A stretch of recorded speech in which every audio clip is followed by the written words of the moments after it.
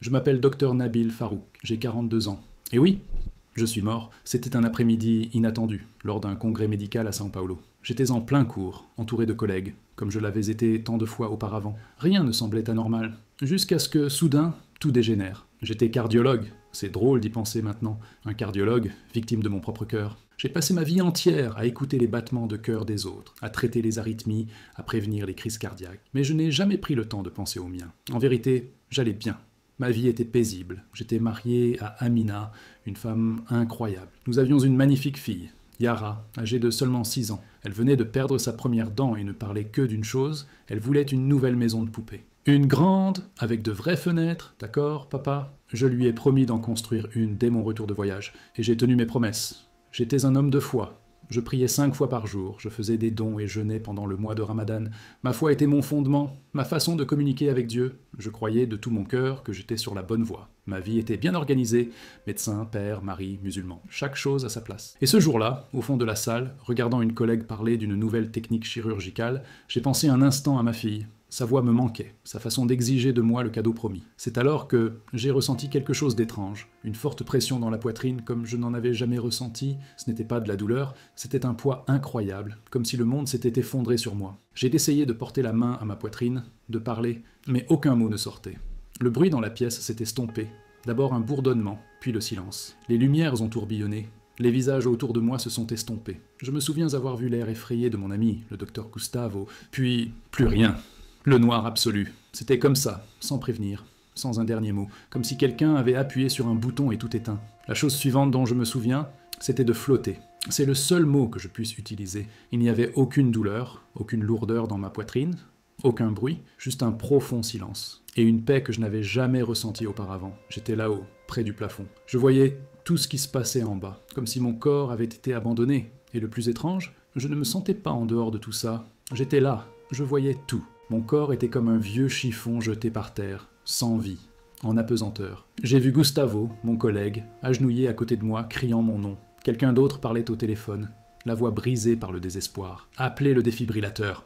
C'est le docteur Farouk. Mais je me sentais distant. Il n'y avait aucune peur. C'était comme si j'étais juste, curieux. Je les ai regardés déchirer ma chemise. Ils ont placé les électrodes du défibrillateur sur ma poitrine. J'ai vu mon corps se tordre sous le choc. Ils ont recommencé. Un autre choc. C'est là que j'ai réalisé « je suis mort ». Aucune peur, aucune tristesse. Juste la certitude que c'était réel.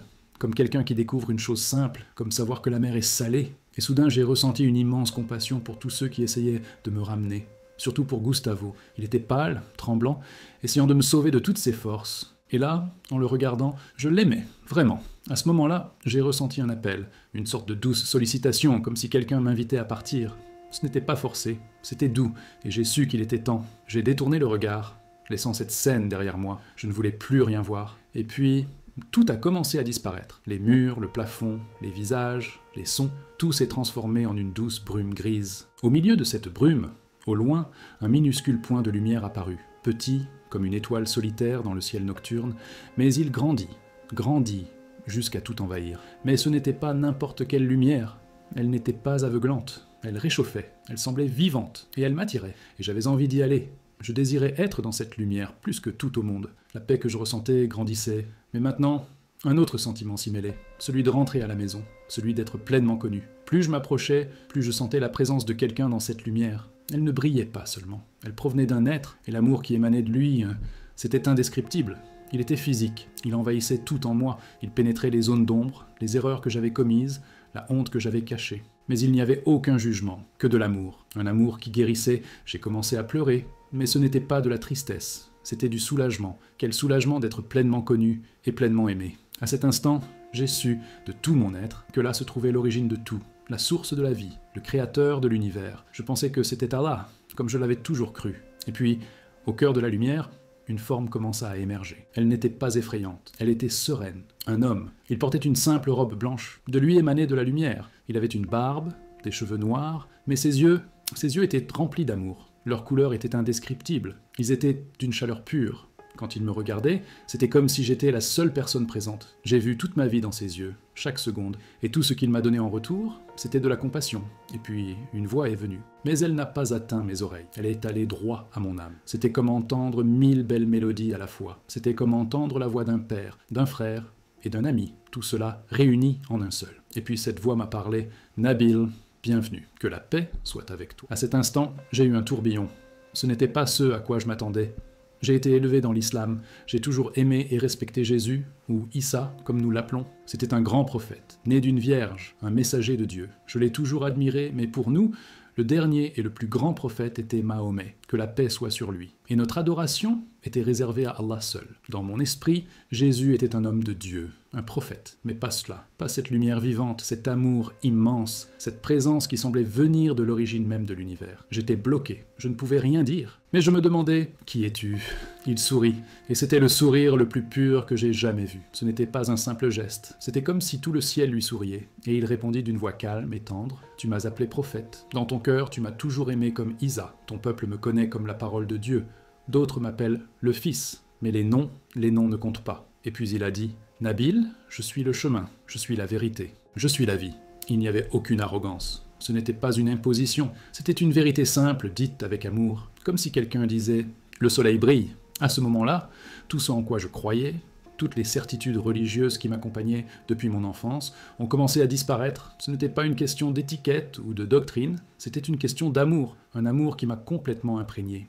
Malgré tout, un conflit subsistait en moi. « Mais je suis musulman », me suis-je dit.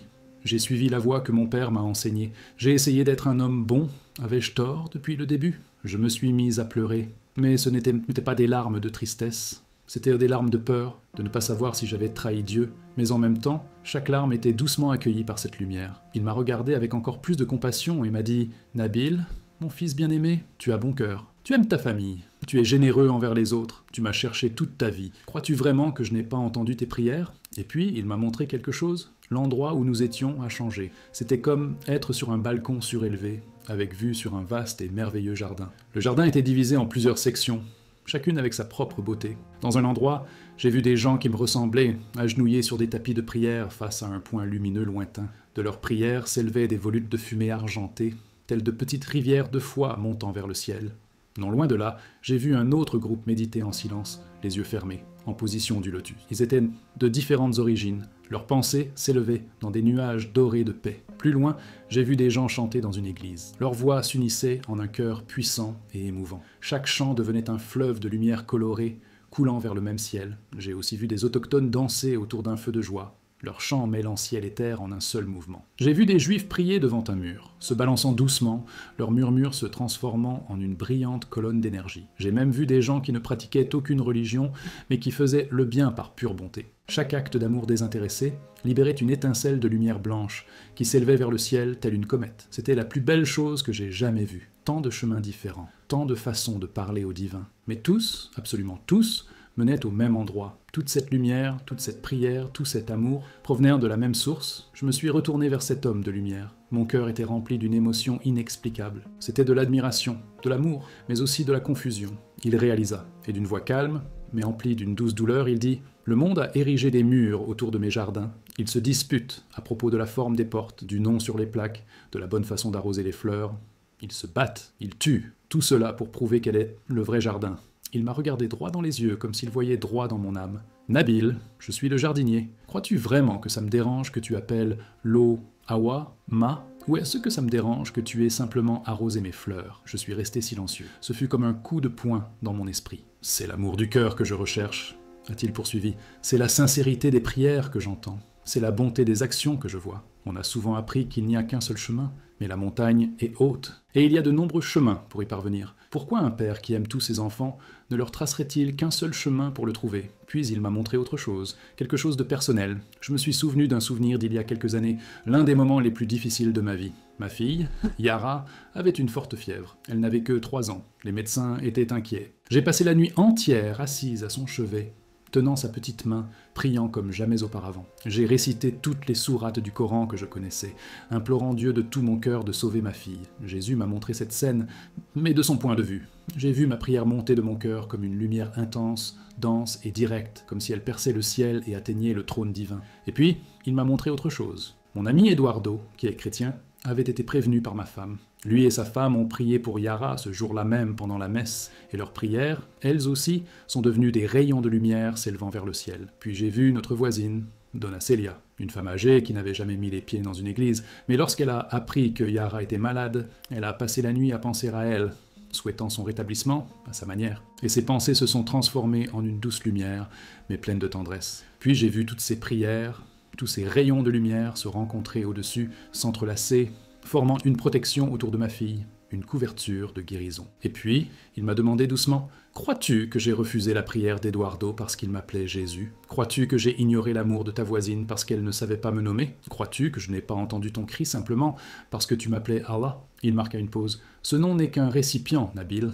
L'amour est l'eau, et j'ai soif d'eau. Cela a tout bouleversé en moi. Tout ce que je croyais savoir sur la religion, la doctrine, le bien et le mal, s'est effondré. Non pas que ma foi fût erronée, mais elle était incomplète. C'était une magnifique pièce, d'une mosaïque bien plus vaste. Et puis vint la honte. Une honte amère pour toutes les fois où, même en silence, j'ai jugé des personnes d'autres confessions, pour m'être senti supérieur, pour avoir pensé que ma voix était la seule bonne. Mais il sentit ma honte, et d'une main de pure lumière, il toucha mon épaule. Instantanément, la honte disparut. Seul l'amour demeura. « Ne traîne pas ça avec toi, dit-il. Ce n'est pas à toi. Tu as agi selon tes connaissances. Maintenant, tu en sais plus, et à ton retour, emporte ce message. Dis-leur que le jardinier aime toutes les fleurs. Dis-leur d'arrêter de se disputer pour le nom des outils, et de commencer à entretenir le jardin ensemble. Pour revenir en arrière, ce mot m'est tombé dessus comme une pierre. Retour au monde, à la douleur, aux disputes, aux murs. Mais j'étais chez moi. Pour la première fois, j'étais chez moi. Et tout ce que j'ai pu dire, c'est « Je ne veux pas y retourner. S'il te plaît, laisse-moi rester ici avec toi », c'est ce que j'ai réussi à dire, même sans voix. Il me regarda avec un amour si profond, mais aussi avec une douleur qui semblait refléter la mienne. « Mon cher fils, ta fille attend toujours la petite maison que tu lui as promise. Ta femme attend toujours le mari qu'elle aime. Et ton ami se bat pour sa vie. Sa mission n'est pas encore terminée. Mon cœur s'est serré. Tu as vu les ténèbres du monde. Tu as ressenti sa douleur. Mais maintenant, je te renvoie avec une lumière. Tu dois être une lampe pour ceux qui sont prisonniers des ténèbres, pensant que leur seule fenêtre est ouverte. » Puis il m'a montré une autre vision. C'était ma femme, Amina, dans la salle d'attente de l'hôpital. Elle tenait mon chapelet entre ses doigts, le visage baigné de larmes. Notre fille, Yara, dormait épuisée sur ses genoux. Et l'amour que je ressentais pour eux deux était si fort, si immense, qu'il égalait l'amour qui émanait de cet être de lumière. Et c'est là que j'ai compris. L'amour que je ressentais pour eux était le reflet de son amour. Cet amour que tu ressens pour eux, m'a-t-il dit, est une prière. C'est une part de mon amour, déposée dans ton cœur. Retourne et aime. Aime vraiment. Aime tout le monde. C'est la plus haute forme de culte. C'est la seule religion qui compte. La douleur de le quitter était indescriptible. C'était comme si mon âme était déchirée en deux. J'ai tendu la main. Je serai avec toi, promit-il. Tu ne seras jamais seul. Chaque fois que tu choisiras d'aimer plutôt que de juger, chaque acte de compassion, tu me sentiras. Maintenant, va-t'en. Que la paix soit avec vous. La lumière commença à faiblir. Ou peut-être, je m'en éloignais. J'étais tiré en arrière, rapidement, comme arraché. La brume grise revint.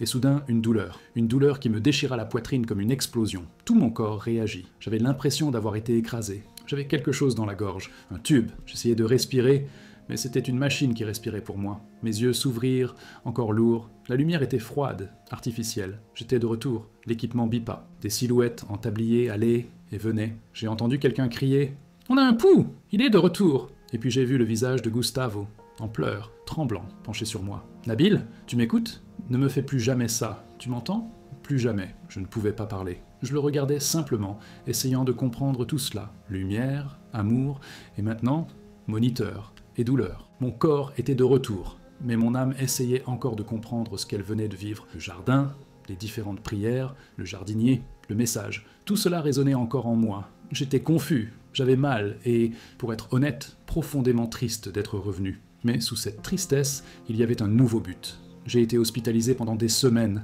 On m'a dit que mon cœur s'était arrêté pendant plus de 11 minutes. J'étais cliniquement mort. Les médecins ont qualifié ma survie de miracle. Le cardiologue qui m'a soigné a dit qu'il n'avait jamais vu personne revenir après si longtemps, et toujours lucide. Aucune séquelle. Mais je suis revenu. Plus que lucide, transformé. Dès que j'ai pu parler, j'ai essayé de tout raconter à Gustavo. C'est un homme de science. Mais il a aussi la foi. Il écoutait. Tout ne lui semblait pas logique, surtout les passages qui contredisaient ses propres convictions. Mais il a vu quelque chose de différent en moi. Il a dit que ma vision des choses avait changé. L'annoncer à ma femme, Amina, a été encore plus difficile.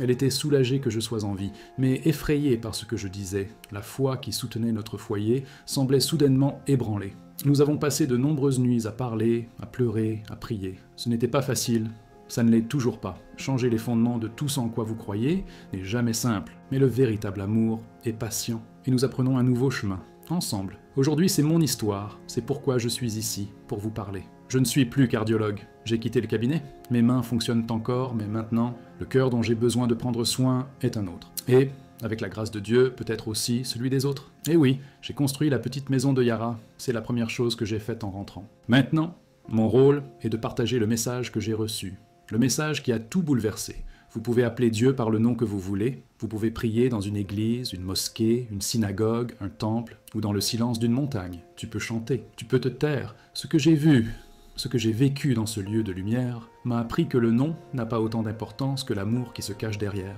Le rituel n'a pas autant d'importance que la sincérité du cœur. Si vous regardez ceci parce que vous avez peur que quelqu'un que vous aimez soit sur la mauvaise voie, ou si vous avez appris à vous méfier ou à haïr ceux qui suivent une autre foi, je vous demande simplement de réfléchir à ceci. Et si le Dieu qui a créé tout cela, avec tant de diversité, était assez grand pour aimer tous ses enfants, peu importe comment il l'appelle, je l'ai vu de mes propres yeux. Le jardinier aime toutes les fleurs du jardin, et tout ce qu'il nous demande, c'est que nous nous aidions les uns les autres à grandir. Partageons notre eau, partageons notre lumière, que la paix soit avec vous.